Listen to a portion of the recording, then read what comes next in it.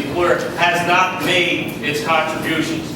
We know factually, you know factually, the difference that it has made on one system against the system that our brothers, the police and fire, have. Their systems are, they pay more, their towns have been contributing, so the system's not in jeopardy. So to suggest here that our system is in disarray on the other state and county municipal workers is really not the right thing to say. There's a lot of reasons. And let's start what happens in Wall Street with the profiteers who sold mortgages that no one could ever pay, who put the books of the major corporations, and in 2008 brought this country down to the system. Now you're asking us, as people who work every day, who've made our contributions, to say it's our fault. I think it's your right as elected officials.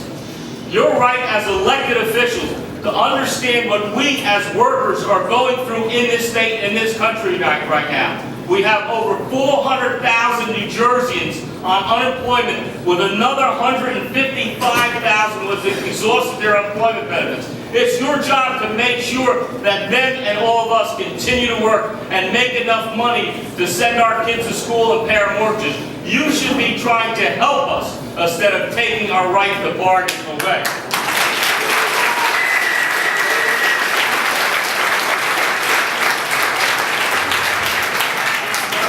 Members of this committee, I respectfully say, only through collective bargaining do the workers have a voice. And if you vote this bill out of committee, you are attempting to silence the voice of 500,000 workers.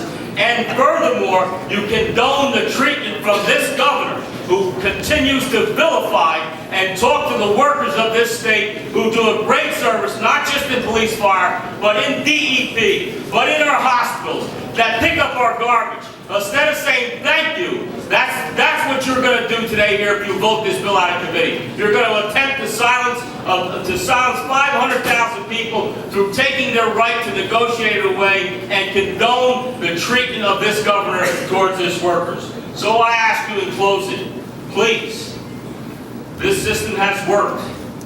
This system has worked in good times and bad times. And I think the other thing that has not been brought out here today, because when we talk about the right to collective bargaining, the CWA has put forth a proposal that would save an estimated $230 million in health care.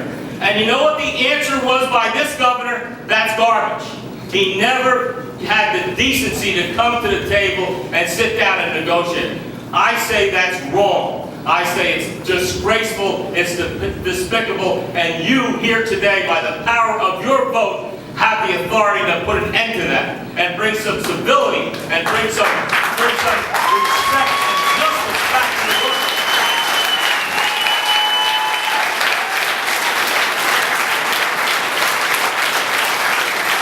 So in closing, on behalf of the 1 million workers of this great state federation that make this state a great place to live, work, and raise a family, I'm asking you on behalf of the police, the firefighters, the state workers, the corrections officers, and everybody else in here, the healthcare workers, to please stand with us.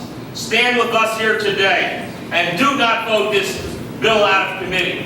I also want to say, on the pension, I agree with what I heard here today. I think this is a very, very important. Some of you have indicated that you'd like to see that.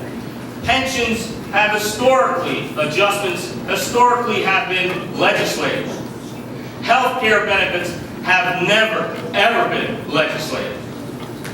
I really think to say thank you to all of the workers of this state, that this bill should be separated and the pension legislation would move forward. To Steve Sweeney's credit, we've put over a year in on this thing. It might not be to everyone's liking in this room, but we've made some great strides. But to take that and carry it over into the area of healthcare is wrong. It's morally and socially wrong. And once again, on behalf of our 1 million members, we ask you to please vote no. Thank you.